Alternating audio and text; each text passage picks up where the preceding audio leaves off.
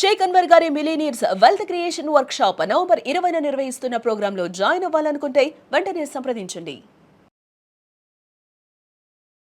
Not one of my the favourite for me ఈ story నాకు. Very interesting. Very interesting అండి. నేను చెప్పబోయే స్టోరీ 1950లో 1950వ సంవత్సరంలో ఒక ఫుట్బాల్ ప్రేమికుడు. ఆయన ఫుట్బాల్ అంటే చాలా ఇష్టం. ఆయన ఆ రోజు ఘోరంగా ఏడుస్తున్నాడు. టోటల్గా ఇమోషనల్గా బ్రేక్ డౌన్ అయిపోయి బీభత్సంగా ఏడుస్తున్నాడు. ఆ వ్యక్తి యొక్క కొడుకు 9 ఏళ్ల పిల్లగాడు, 8 ఏళ్ళు 9 ఏళ్ళు. కొడుకు తండ్రిని అడుగుతాడు, డాడీ ఎందుకు ఏడుస్తున్నావు? తండ్రి అంటాడు, అరే నీకు తెలుసుగా నాకు ఫుట్బాల్ అంటే చాలా ఇష్టం, నేను ఫుట్బాల్ ఆడుతుంటా, మన దేశం ఇవాళ వరల్డ్ కప్ ఓడిపోయిందిరా, ఫుట్బాల్ ప్రపంచ కప్ ఓడిపోయింది, అందుకే నేను ఏడుస్తున్నాను. తండ్రిని ఏడవటం ఎప్పుడు ఈ కొడుకు చూడాల, తండ్రి ఏడవటం ఎప్పుడు ఈ పిల్లగాడు చూడాల. 9 సంవత్సరాల ఆ పిల్లగాడు అంటాడు ఆ తండ్రితో, డాడీ నీకోసం నేను ప్రపంచ కప్ గెలుస్తా, ఫుట్బాల్ ప్రపంచ కప్ నేను గెలిచి చూపిస్తా. చుట్టుపక్కల వాళ్ళు అన్నారు, చెప్పడానికి బాగానే ఉంది, ఏజ్ కూడా తక్కువ కదా, చెప్పడానికి చాలా బాగుంది, ఫుట్బాల్ ప్రపంచ కప్ గెలుస్తా అంటున్నావు, అసలు నువ్వు ఫుట్బాల్ ఆడటానికి ఫుట్బాల్ కొనుక్కోగలిగే అంత స్తోమత నీకుందా? అప్పుడు వాళ్ళ పరిస్థితి నిజంగా ఒక ఫుట్బాల్ కూడా కొనుక్కోలేని పరిస్థితి అండి. ఈ 9 ఏళ్ల పిల్లగాడు టీ షాపుల్లో పనిచేసేవాడు. ఫుట్బాల్ కొనుక్కోలేక షూ సాక్స్ తీసుకొని దాంట్లో న్యూస్ పేపర్సు చిత్తు కాగితాలన్నీ పెట్టి రౌండ్ షేప్లో మార్చుకొని దాంతో ఫుట్బాల్ ప్రాక్టీస్ చేశాడు. Oh my God. గోల్ ఏంటి? ప్రపంచ కప్ గెలవాలి. 9 ఏళ్ల పిల్లగాడు. అందరు నవ్వారు, కుదరదన్నారు. వీడేంటి ప్రపంచ కప్ గెలవటం ఏంటి? కరెక్ట్గా 8 ఏళ్ళు తిరిగేటప్పటికి ఆ పిల్లగాడికి అప్పటికి 16-17 ఏళ్ళు మాత్రమే. 1958వ సంవత్సరంలో తన కంట్రీ తరపున ఆడి అత్యధిక గోల్స్ చేసి ప్రపంచ కప్ గెలిచిన వ్యక్తిగా తయారయ్యాడు. 1 కాదు 2 కాదు 3 వరల్డ్ కప్స్ గెలిచిన ఏకైక ఫుట్బాల్ ఛాంపియన్. ఇప్పుడు కరెంట్ రెవల్యూషనరీ ప్లేయర్ మెస్సీ ఉన్నాడు అనుకోండి ఫుట్బాల్ టీంలో, అది చాలా పెద్ద అదృష్టంగా భావిస్తారు. లేదా క్రిస్టియానో రొనాల్డో ఉన్నారు చాలు, లేదా ఆ రోజుల్లో ఫేమస్ ప్లేయర్ మ్యారడోనా ఉన్నాడు చాలు. అయితే ఫుట్బాల్ ఇండస్ట్రీ ఏమంటుందంటే ఒక మ్యారడోనా, ఒక క్రిస్టియానో రొనాల్డో, ఒక మెస్సీ ఒక్కళ్ళుంటేనే చాలు, కానీ ఈ ముగ్గురిని కలిపి ఎవరన్నా తయారయ్యారు అంటే ఈ పిల్లగాడు ఒక్కడే. పేరు కొంచెం చెప్తా. తను ఆడిన 1363 మ్యాచ్ల్లో 1363 మ్యాచెస్ 1283 గోల్స్ సాధించిన ఏకైక వ్యక్తి. ద ఫాస్టెస్ట్ టు అచీవ్ అండి, ఫాస్టెస్ట్ టు అచీవ్. ఫుట్బాల్ కొనుక్కోలేని పరిస్థితి నుంచి 3 ప్రపంచ కప్పులు గెలిచిన ఏకైక వ్యక్తి. ఫుట్బాల్లో కొంతమంది ఫ్రీ కిక్ బాగా కొడతారు, కొంతమంది పెనాల్టీ కిక్ బాగా కొడతారు, అవును, కొంతమంది డ్రిబ్లింగ్ చేయటంలో ఎక్స్పర్ట్స్. ఇవన్నీ ఎక్స్పర్ట్గా చేయగలిగిన ఏకైక వ్యక్తి ఇవాళ నేను చెప్పబోయే వ్యక్తి. ఎవరు సార్? Who is that? అతనిని ఫుట్బాల్ ప్రపంచానికే ద కింగ్ ఆఫ్ ఫుట్బాల్ అనే బిరుదిచ్చారు.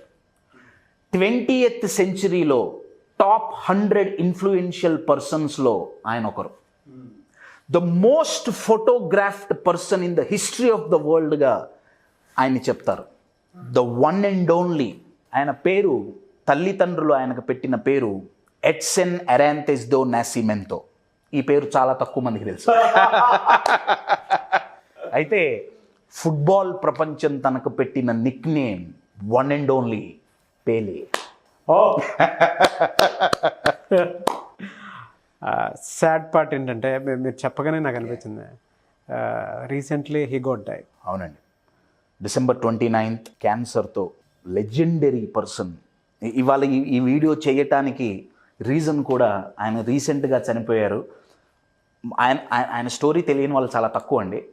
ఇంకా దాన్ని ఆడియన్స్లోకి తీసుకెళ్ళాలి అనే మోటివ్తోనే ఇవాళ ఈ స్టోరీ నేను సెలెక్ట్ చేసుకుంటున్నా, పీలేది. అయితే ఎక్స్పెషల్లీ పీలే గారి స్టోరీ మీరు అడిగిన క్వశ్చన్కి గోల్ అనే దానికి తీసుకోవటానికి గల కారణం ఏంటంటే, మీకు ఇప్పుడు స్క్రీన్ మీద ఒక చిన్న క్లిప్పింగ్ నేను చూపిస్తాను. Sure. Right Sure. అది చూసిన తర్వాత పీలే స్టోరీకి, గోల్స్ అచీవ్మెంట్కి, గోల్స్ అంటే జస్ట్ ఫుట్బాల్ గోల్స్ కాదండి, మన లైఫ్లో గోల్స్ సాధించడానికి ఇందాక నేను అన్నా కదా మైండ్ సెట్ చేసుకోవాలి, ఆయన ఎలా సెట్ చేసుకున్నారు రైట్ అనేది మనకు తెలుస్తుంది. ఫస్ట్ వీడియో చూద్దాం, జస్ట్ వెరీ షార్ట్ క్లిప్పింగ్ అండి. ఓకే. ఆయన బైసైకిల్ కిక్ అని ఒక కిక్ కొట్టేవాళ్ళు. అగోండి ఆ కిక్ కొట్టేటప్పుడు హీజ్ ఎక్స్పర్ట్ ఇన్ దిస్ అని. నేను ఈ క్లిప్పింగే తీసుకోవటానికి కారణం ఏంటంటే, ఈ కిక్ కొట్టేటప్పుడు గోల్ పోస్ట్ ఆయనకు వెనకాల ఉంటుందండి. గోల్ పోస్ట్ ఆయనకు కనపడదు. ఆయన ఇక్కడ ఉన్నారు, గోల్ పోస్ట్ వెనకుంది, గాల్లో లేచి కిక్ కొడతాడు. గోల్ పోస్ట్ ఎక్కడుందో కనపడదు, గోల్ కీపర్ ఎక్కడున్నాడో కనపడడు. ఆయన అడిగారు, సార్ మీరు ఇలా కొడతారు కదా, బైసైకిల్ కిక్ కొడతారు కదా, మీకు గోల్ పోస్ట్ కనపడదు, గోల్ కీపర్ కనపడదు, మీరు ఎలా కొట్టగలుగుతారు? Fantastic question. మైండ్ సెట్ చేసుకోవటం అంటే ఎగ్జాంపుల్ చెప్తున్నా అండి. ఆయన అన్నారు ఫుట్బాల్లో 2 చాలా ఇంపార్టెంట్, ఒకటి ఫుట్బాల్ నో డౌట్, ఇంకొకటి గోల్ పోస్ట్. ఎందుకంటే ఫుట్బాల్ పోవాల్సింది అక్కడికే కదా. ఆయన ఏమన్నారంటే, మ్యాచ్ జరుగుతున్నంతసేపు గోల్ పోస్ట్ ఎక్కడికి కదలదు. అవును, గోల్ పోస్ట్ ఎక్కడికి కదలదు, ఫోకస్ దేని మీద ఉండాలి? ఫుట్బాల్ మీద ఉండాలి, గోల్ పోస్ట్ మీద కాదు. ఆయన ఏమన్నారంటే, నేను గ్రౌండ్లో ఏ కార్నర్లో నించున్నా గోల్ పోస్ట్ ఎక్కడుందో నా కళ్ళకు కనపడకపోయినా నా మైండ్కి కనపడుతుంది. అదే అది ఎలా అంటే ఫోకస్ అండి. ఒక గోల్ రీచ్ అవ్వాలి అంటే ఆ గోల్ వైపు నుంచే మన ఫోకస్ డీవియేట్ అవ్వకుండా ఉండాలి. దాన్ని నేను మైండ్ని సెట్ చేసుకోవటం అంటే అర్థం ఏంటంటే, దాని మీదే ఫోకస్ ఉండటం. ఆయన్ని ఇంటర్వ్యూలో అడిగితే ఆయన ఏమన్నారంటే, మనం దేని మీద ఫోకస్ చేస్తున్నాం గోల్ అచీవ్ చేయడానికి? మన చేతిలో ఉన్నదాని మీద ఫోకస్ చేస్తున్నామా, మన చేతిలో లేని వాటి మీద ఫోకస్ చేస్తున్నామా? ఆయన అన్నారు, గోల్ పోస్ట్ ఎక్కడికి పోదు, గోల్ పోస్ట్ అక్కడే ఉంటుంది, నేను ఫోకస్ చేయాల్సింది బాల్ పైన. ఆయన ఒక మూవీలో యాక్ట్ చేశారండి, ఒక ఫుట్బాల్ పర్సన్గానే ఒక మూవీలో యాక్ట్ చేశారు. అయితే దాంట్లో కోచ్ కూర్చొని ఉంటాడు, కోచ్ కూర్చొని స్ట్రాటజీస్ చెప్తుంటాడు, ఇక్కడ వీళ్ళు ఉంటారు, ఇక్కడ వీళ్ళు ఉంటారు, ఇక్కడ వీళ్ళు ఉంటారు. ఆయన అన్నాడు, వాళ్ళందరూ అనవసరం, ఆటగాళ్ళు ఎంతమంది ఉన్నారు అన్నది అనవసరం, ఫుట్బాల్ ఉందా లేదా. ఆయన ఒక అద్భుతమైన పాయింట్ చెప్పారండి. ఆయన అన్నారు, ఎవరైతే అపోనెంట్స్ మీద ఫోకస్ చేస్తారో వాళ్ళు గోల్ కొట్టలేరు. నేను బాల్ని డ్రిబుల్ చేసుకుంటూ వెళ్తున్నా, నేను అపోనెంట్ లెగ్స్ మీద ఫోకస్ చేయను, ఇద్దరి లెగ్స్ మధ్య ఉన్న గ్యాప్ మీద ఫోకస్ చేస్తా. You are getting my point? Yes. అంటే ఒక గోల్ రీచ్ అవ్వాలి అంటే, మన మైండ్ సెట్ చేసుకోవాలి అంటే, మనం అవరోధాల మీద ఫోకస్ చేస్తే మనకి భయం ఏర్పడుతుందండి. అంటే ఏవేం ప్రాబ్లమ్స్ వస్తాయి, ఏవేం అబ్స్ట్రకిల్స్ వస్తాయి అని అవరోధాల మీద ఫోకస్ చేస్తే మనకు ఫియర్ ఆఫ్ ఫెయిల్యూర్ డెవలప్ అవుతుంది. కానీ అవకాశాల మీద ఫోకస్ చేస్తే లోపల కాన్ఫిడెన్స్ పెరుగుతుంది, హోప్ పెరుగుతుంది. ఎప్పుడైతే ఈ కాన్ఫిడెన్స్ అండ్ హోప్ అనే రెండింటిని కలిపి గనక మైండ్ సెట్ చేసుకుంటామో అప్పుడు కమిట్మెంట్ ఈజ్ ఆటోమేటిక్. పీలే గారు తన లైఫ్ మొత్తం ఆయన లైఫ్ నుంచి నేర్చుకునే ఒక అద్భుతమైన లెసన్ ఏముందయ్యా అంటే, how to focus to achieve goals. ఈ బైసైకిల్ కిక్ చాలా పెద్ద ఎగ్జాంపుల్ అండి. అయితే ఇది జరగాలి అంటే, ఫుట్బాల్లో అయితే బాల్ని గోల్ పోస్ట్కు పోకుండా ఒక గోల్ కీపర్ ఆపుతాడు. గోల్ కీపర్ లేకపోతే మజా లేదుగా, ఎవరైనా కొట్టగలుగుతారు. You are getting it? మన లైఫ్లో కూడా మన గోల్స్ మనం అచీవ్ చేయకుండా ఆపే గోల్ కీపర్స్ ఉంటారు. ట్రూ అండి. ఆ గోల్ కీపర్స్ బయట కంటే ఎక్కువ మన మైండ్లోనే ఉంటారండి. మనం అనుకున్న గోల్ రీచ్ అవ్వకుండా ఆపే అతి డేంజరస్ ఆర్ అత్యంత శక్తివంతమైన గోల్ కీపర్ మన మైండ్లో నివసించేవాడు ఎవడయ్యా అంటే, వాడి పేరే డౌట్. ఇప్పుడు ఈ డౌట్ అనే పదంలో రైట్, ఈ పదం మీద నేను చాలా వీడియోలు చేశాను. ఇవాళ ఇంకొక కొత్త కాన్సెప్ట్. దీనిలో 2 పదాలు ఉన్నాయండి. ఒకటి డూ అంటే చెయ్యటం కదా, ఈ యూబీటీ అటు ఇటు మారిస్తే బట్ అనే పదం వస్తుంది. అవును కదా. నా డౌట్ అంటే ఏంటంటే ఫస్ట్ చేయాలనిపిస్తుంది, లెట్స్ డూ. బట్ అంటే అర్థం ఏంటి? కానీ డౌట్ అంటే అదే, చెయ్యాలని ఉంటుంది కానీ ఇది కుదురుతుందంటావా? స్మార్ట్ గోల్ సెట్టింగ్ లాంటి టూల్స్ కొద్ది వరకే ఎందుకు ఉపయోగపడతాయి, తర్వాత ఎందుకు ఉపయోగపడవంటే దాంట్లో పేపర్ వర్క్ చాలా బాగుంటుంది కానీ మైండ్ సెట్ చేసుకోవటం దాంట్లో ఉండదు. ఎగ్జాక్ట్లీ. గోల్ సెట్ చేసుకోవటం వరకు స్మార్ట్ గోల్ సెట్టింగ్, ఇంకేదో హ్యాండ్సమ్ గోల్ సెట్టింగ్ అవన్నీ ఓకే. కానీ గోల్ ఒక్కటి సెట్ చేసుకుంటే సరిపోదు, మైండ్ సెట్ చేసుకోవాలి. మైండ్ ఏం సెట్ చేసుకోవాలి? మైండ్లో డౌట్ని తీసేయాలండి. పీలేని అడిగారు, పీలే మీరు ఇంత సక్సెస్ కావటానికి కారణం ఏంటి? ఆయన అన్నారు, రేపేదో జరుగుతుంది, నేను ఓడిపోతానేమో, నేను గోల్ కొట్టలేనేమో అన్న భయం నాకు లేదు. అంటే అర్థం ఏంటి? ఫియర్ ఆఫ్ ఫెయిల్యూర్ లేదు. ఎందుకు లేదు? ఆయన ఎంతమంది అపోనెంట్స్ ఉన్నారని ఫోకస్ చేయట్లే, అవతల టీంలో ఎంత స్ట్రాంగ్ ప్లేయర్స్ ఉన్నారన్న దాని మీద ఫోకస్ చేయట్లే. ఆయన ఫోకస్ చేసేవి రెండే, ఫుట్బాల్ ఎక్కడుంది, ప్లేయర్స్ మధ్యలో గ్యాప్ ఎక్కడుంది, అంతే అంతే. You're getting it? ఆ గ్యాప్ గనక మనం గమనించగలిగామా, my dear friend, success is automatic. Goal reach అవ్వటం అంత ఈజీ ఇంకొకటి ఉండదు. ఎప్పుడైతే మన మైండ్లో ఉన్న గోల్ కీపర్ని మనం మ్యానిప్యులేట్ చేసి గోల్ కొట్టగలుగుతామో. నేను మ్యానిప్యులేట్ అన్న పదం ఎందుకు వాడుతున్నా అంటే, చాలామంది ఏమంటుంటారంటే కశ్యప్ లైఫ్ కోచింగ్ ఇవన్నీ మ్యానిపులేషన్ కాదా? పాజిటివ్ థింకింగ్ అంటే నా చుట్టూ నెగిటివ్స్ ఉన్నాయి, నేను పాజిటివ్గా ఉంటా, మ్యానిపులేషన్ కాదా? Manipulation, self manipulation. కరెక్టే, మ్యానిపులేషనే. ఇప్పటి వరకు మనం ఏమీ ప్రయత్నించాలా, ప్రయత్నిస్తే ఓడిపోతామేమో, అది మ్యానిపులేషన్ కాదా? మరి భయం మ్యానిపులేషన్ కదా? అది డబుల్ ట్రిగర్ ఒకేసారి మ్యానిపులేషన్లోనే. మన మీద మనకి నమ్మకం లేదు, మ్యానిపులేషన్ కదా? మనకు భయం, మన మైండ్ మనల్ని మ్యానిపులేట్ చేయట్లేదా? అయితే ఫుట్బాల్లో గోల్ కీపర్ లేకపోతే లైఫ్ మ్యాచ్లో మజా ఎట్లయితే ఉండదో, లైఫ్లో కూడా డౌట్లు ఉంటాయండి. ఆ గోల్ కీపర్ ఉంటాడు, ఆ గోల్ కీపర్ని తీసేయమని నేను చెప్పట్లా. నేనేమంటున్నా అంటే ఆ గోల్ కీపర్ ఉంటాడు కానీ డౌట్కు దొరకకుండా మనం ఫుట్బాల్ని గోల్ పోస్ట్లో ఎట్లయితే పంపిస్తామో, మన గోల్ని మనం రీచ్ అవ్వాలి అంటే ఆత్మవిశ్వాసం. అది ఎప్పుడు వస్తుందయా అంటే మనం దేని మీద ఫోకస్ చేస్తున్నాం. ఇందాక మనం స్క్రీన్ మీద వీడియో చూపించినప్పుడు నేను చెప్పా కదా, పీలే గోల్ పోస్ట్ మీద ఫోకస్ చేయట్లే, గోల్ కీపర్ మీద ఫోకస్ చేయట్లే, కానీ ఫోకస్ చేసేది గ్యాప్ మీద ఫోకస్ చేస్తున్నారు ఆయన. అవును, ఆయన ఎక్కువ గోల్ సాధించడానికి ఆయన చెప్పిన సీక్రెట్ అండి, నేను చెప్తుంది కాదు. మీరు దేని మీద ఫోకస్ చేస్తున్నారు? అవరోధాల మీద ఫోకస్ చేస్తున్నారా, అవకాశాల మీద ఫోకస్ చేస్తున్నారా? ప్రాబ్లమ్స్ మీద ఫోకస్ చేస్తున్నారా, ఆపర్చునిటీస్ మీద ఫోకస్ చేస్తున్నారా?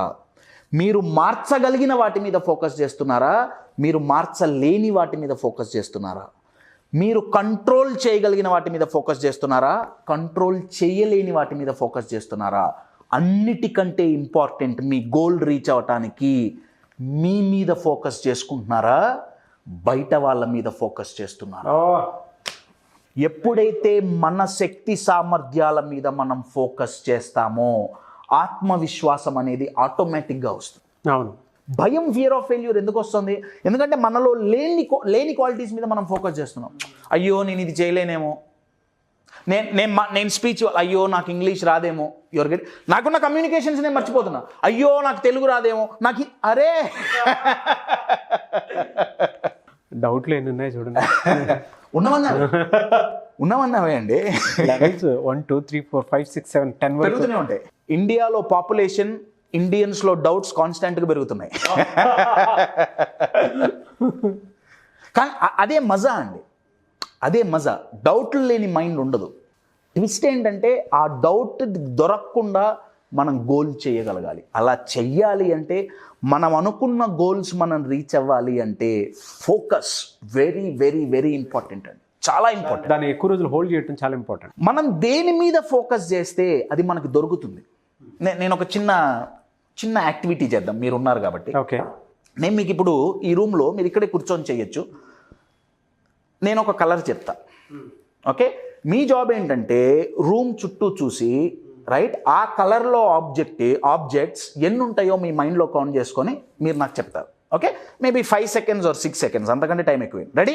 The first colour is colour red. Come on, red ఎక్కడుందో వెతకండి. Red red red red red red red red red red red red red stop. ఎన్ని వచ్చినాయి? 2 వచ్చినాయి. రైట్? నా ఇప్పుడు కలర్ బ్లూ వెతకండి. Blue blue blue blue blue look for blue blue blue blue blue blue. 3 వచ్చినాయి. నా క్వశ్చన్ ఏంటంటే, మీ room లో రెడ్ ఎతికేటప్పుడు బ్లూ ఉందా లేదా? ఉంది, డెఫినెట్ గా ఉంది.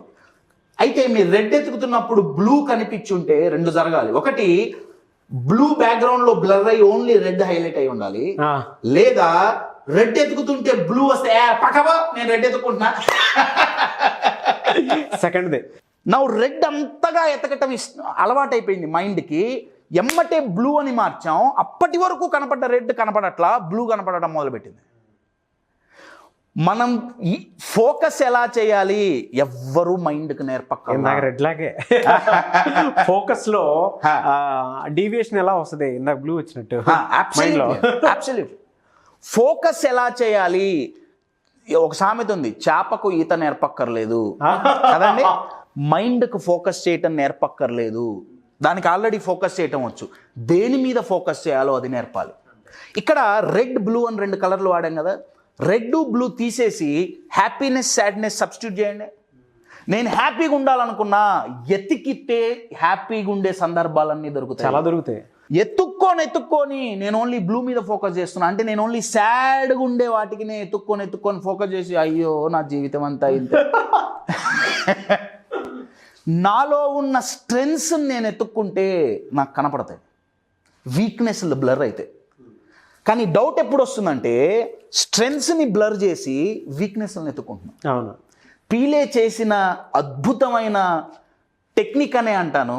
ఆయన ఏం చేసేవాళ్ళంటే, ఎన్ని వీక్నెస్లు ఉన్నా ఎన్నున్నా ఆయన మాత్రం ఓన్లీ స్ట్రెంగ్త్ మీదే ఫోకస్ చేసేవాళ్ళు. ఎంతో గ్రేట్ ప్లేయర్స్ ఉన్నారండి. నేను పీలే స్టోరీ తీసుకోవడానికి main reason, of course he's the king of the football. ఒక ఎగ్జాంపుల్ చెప్తానండి నేను. I think if I'm not wrong 1967. Okay, 1967లో నైజీరియాకి ఇంకొక దేశానికి యుద్ధం జరిగిందండి. దగ్గర 2 సంవత్సరాలు జరిగింది యుద్ధం. అయితే ఆ యుద్ధం జరుగుతున్న ప్రాంతంలో ఒక ఫ్రెండ్లీ మ్యాచ్ ఉందండి ఫుట్బాల్ది. ఓకే, వేరే కంట్రీస్కి మధ్య జరిగే మ్యాచ్. దాంట్లో పేలే ఆడుతున్నారు. పేలే ఫుట్బాల్ ఆడటానికి వచ్చాడని 2 సంవత్సరాలుగా కొట్టుకుంటున్న 2 దేశాలు దగ్గర 48 గంటలు 2 రోజులు యుద్ధాన్ని ఆపేశారండి. ట్రూ స్టోరీ అండి.